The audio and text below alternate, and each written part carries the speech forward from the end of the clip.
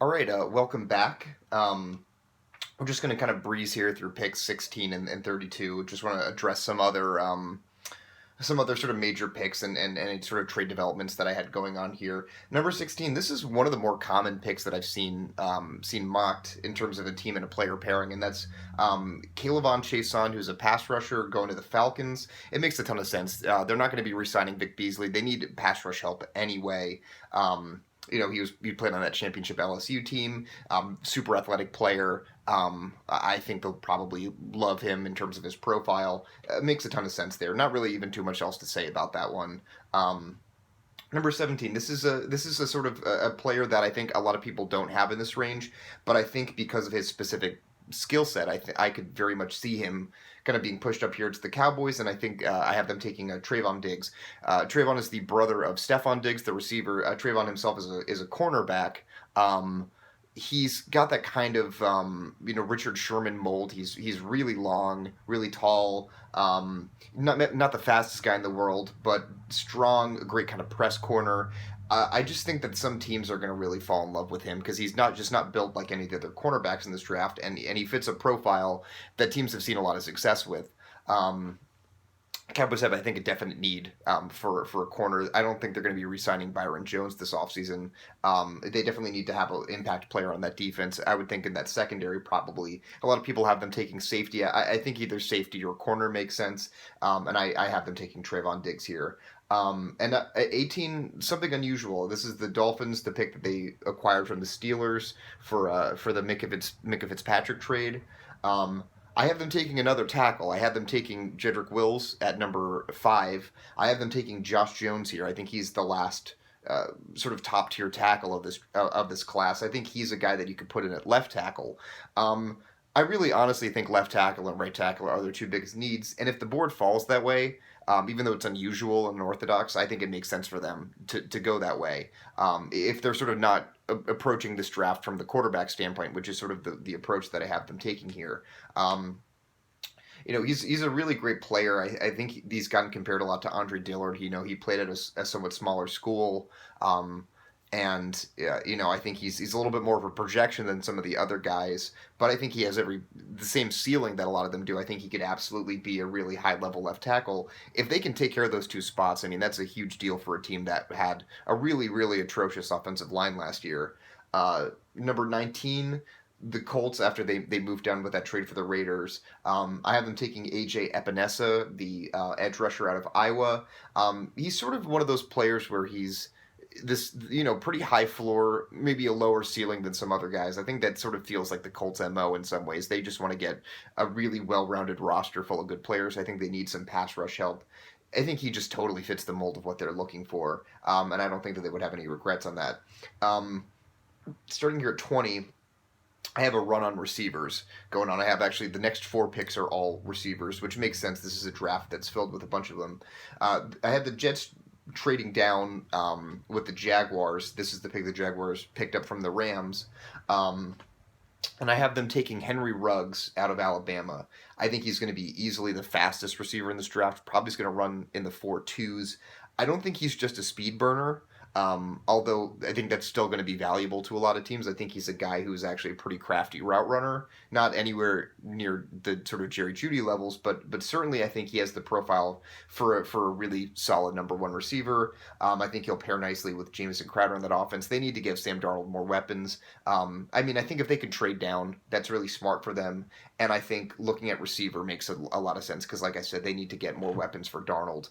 They're going to have to replace Robbie Anderson, who I don't think is going to be re-signing with them. And the sort of vertical speed element that he has, I think Ruggs does that, but then also can do a lot of other things and would be a pretty significant upgrade on Robbie Anderson.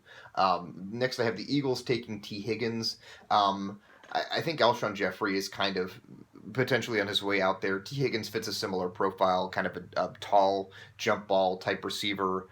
They need to get Carson Wentz more help. Obviously, we saw how that kind of panned out last season. I think T. Higgins is a really good, really solid receiver prospect. The Bills, I think they would take T. Higgins if he's available. I just sort of foresee them taking whoever the kind of good tall receiver is that's available. So I have them taking Justin Jefferson from LSU.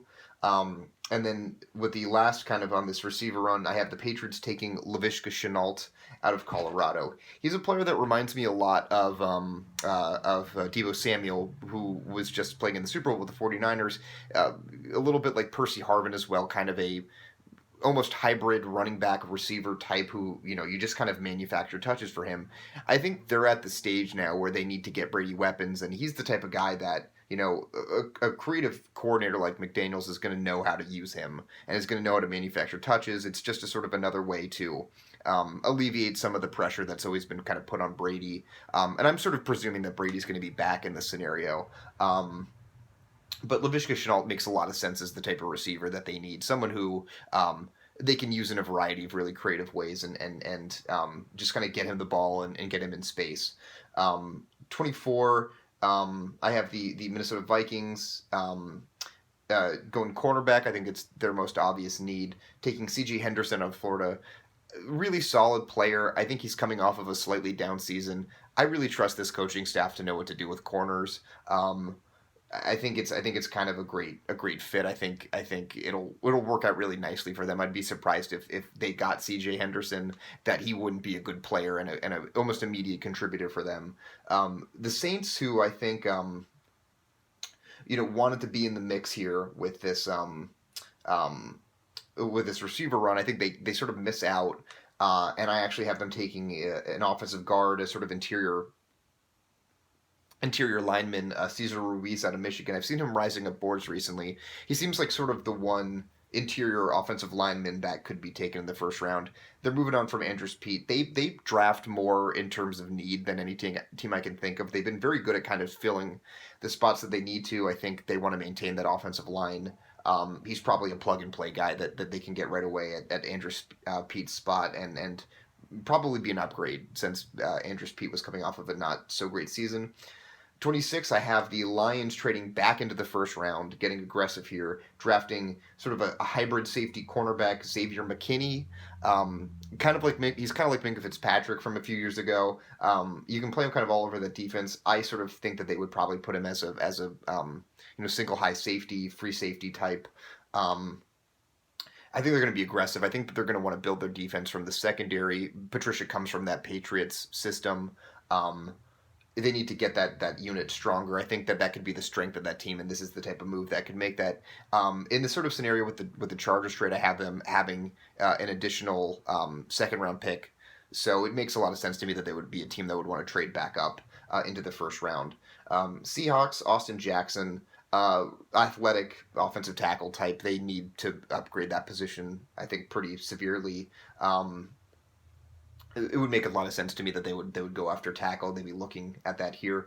Ravens taking Kenneth Murray, the linebacker from Oklahoma, definitely a sort of positional need. Good player at that spot. I think good value. That all makes sense. The Titans at 29, I have them taking Yeturgeros Matos, who's a defensive end from Penn State. Another sort of just positional need. I think he's probably a good value at this spot. I think that they can kind of go in a bunch of different directions. This is kind of the player that I've had them pegged for a while. I haven't had any reason to change out of it. Green Bay Packers, I have them taking the last of these first round receivers. I have them taking Jalen Reagor out of TCU. I think he's a good speed guy. I think they've needed that element of speed in their offense for a while now. They need to get Aaron Rodgers more weapons. They need someone opposite Devontae Adams. I think he's a really good receiver, and I think they'll know what to do with him. I think he'll fit what they want to do very nicely. The 49ers have them replacing Jimmy Ward here with Grant Delpit, the safety from LSU. I think this would be a really tremendous value again. I think a lot of these teams in the back end here are getting really good players. And with the last pick, the reigning Super Bowl champions, the Kansas City Chiefs, they have a big need at corner because they have a lot of guys leaving in free agency. So I have them taking Noah Igbenogany. I hope I pronounced that right. I probably didn't, but he's the cornerback out of Auburn. He's been sort of a late riser. I think they could probably go for a number of different corners here, but he's the one that makes sense to me. And that covers the entire first round that I have here. I hope you sort of enjoyed my mock. Feel free to comment and offer up any pointers or questions that you have about some of my picks here. And thanks for watching. Bye.